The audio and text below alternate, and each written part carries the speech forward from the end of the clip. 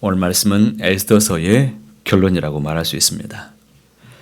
본문의 말씀을 우리가 간단히 요약한다면 이렇습니다. 하만의 흉계로 인해서 유대인들은 살육을 당할 그런 처지에 있었습니다. 그러나 하나님의 섭리 가운데 에스더와 모르드게를 통해서 유대인들은 구원을 받게 되었습니다. 오히려 도리어 돌이키고자 했었던 대적들을 진멸하게 되었습니다. 13절 말씀에 보시면 에스더는 하만의 10아들의 시체를 나무에 달았습니다. 그리고 500명이 죽임을 당하고 다음 날에도 수산성에서 300명이 도륙을 당했습니다. 16절에 보면 페르시아 전역에서 약 7만 5천 명이 죽임을 당합니다. 자, 이런 내용을 보면 어떤 생각이 드십니까? 악인들은 언젠가는 심판을 당하고 하나님의 백성은 구원을 얻게 하신다. 그러니 우리도 이 세상에서 어려움이 있지만 하나님께서 환난을 극복하게 하시고 우리를 안전하게 보호해 주신다. 이것을 가르쳐 주시는 것일까요? 이게 결론인가요?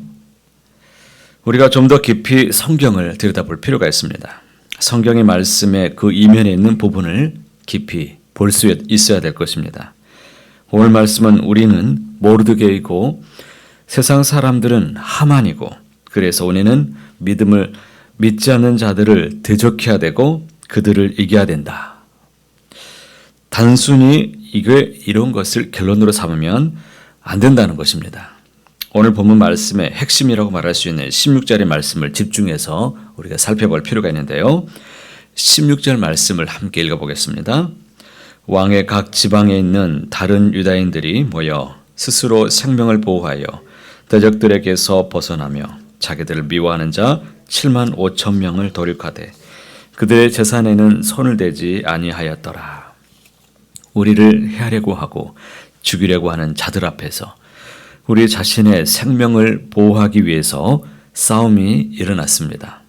그리고 한번 보십시오. 여기에서 보면 그들의 재산에는 손을 대지 않았다라는 말씀이 기록되어 있습니다. 그것도 3번씩이나 기록되어 있습니다. 여러분 성경 자세히 한번 살펴보십시오. 전쟁이 왜 악한 것입니까? 전쟁을 왜 반대해야 되는 것인가요? 전쟁의 잔혹함과 폭력 때문이지만 근본적으로 전쟁은 인간의 탐욕에서 비롯되기 때문입니다. 남의 것을 빼앗고 차지하기 위해서 그런 욕심에서 전쟁이 일어납니다. 그런데 오늘 유대인들의 싸움이 도대체 무엇입니까? 자신들을 지키기 위해서 싸움이 일어났습니다. 그들은 그래서 대적들의 재산에 손을 대지는 않습니다. 이 전쟁의 분명한 목적을 그들이 아는 것이지요.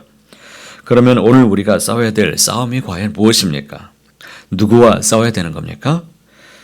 믿지 않는 그리스도인들입니까? 아니지요. 우리가 진짜 대적해야 되는 것은 하만이 갖고 있는 마음이었습니다. 오늘 우리에게도 여전히 그런 마음들이 남아 있습니다.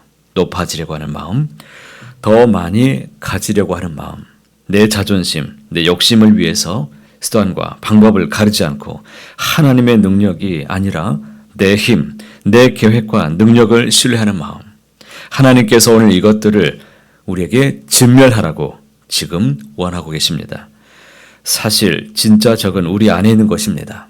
여러분, 사탄이 시커먼 옷을 입고 뿔을 달고서 우리를 유혹한다면 얼마나 좋겠습니까? 그러면 바로 알아볼 수 있겠죠.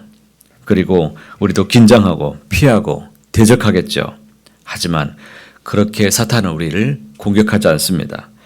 신앙생활이라고 하는 것은 단순히 먹고 사는 문제가 아니죠. 그저 인생길이 힘들어서 먹고 살기 막막해서 교회에서 예배드리고 봉사 잘하고 헌금하면 하나님이 우리에게 탄탄 대로를 열어주시고 우리에게 왕복 8차선의 대로를 활짝 열어주시는가? 여러분, 그것이 신앙생활이 아닙니다. 아니, 오히려 주님은 우리에게 좁은 길을 가라고 우리에게 그렇게 가르쳐 주시지요. 여러분, 말씀을 다시 한번 생각해 보십시오. 우리가 교회를 왜 열심히 다녀야 되는 것입니까? 당연히 신앙생활 잘하기 위해서 다니죠. 이 새벽에 나와서 기도하는 이유도 하나님 앞에 또 기도해서 또 하나님 앞에 원하는 것 받기를 원하는 마음도 있을 것입니다. 그러면 신앙생활 잘하는 것이 도대체 무엇입니까? 세상에서 잘 사는 게 신앙생활입니다. 그게 뭡니까? 이제 세상에서 잘 먹고 잘 살기 위해서가 아니라는 것입니다. 우리는 잘 살기 위해서가 아니라 진짜로 잘 살기 위해서 우리는 신앙생활을 해야 됩니다. 그것이 부자로 사는 것도 아니고 또 바르게 정말로 인간답게 믿음으로 살아가야 된다는 것입니다. 그렇게 우리가 제대로 살고자 한다면 사실 이게 쉽지 않습니다. 그냥 안 믿는 사람처럼 적당히 타협하고 꾀부리고 이익 챙기면서 그렇게 남들 다 하는 것만큼 하면서 자연인으로 살아가면 얼마나 좋겠습니까? 그런데 많은 사람들이 이걸 신앙생활이라고 생각합니다.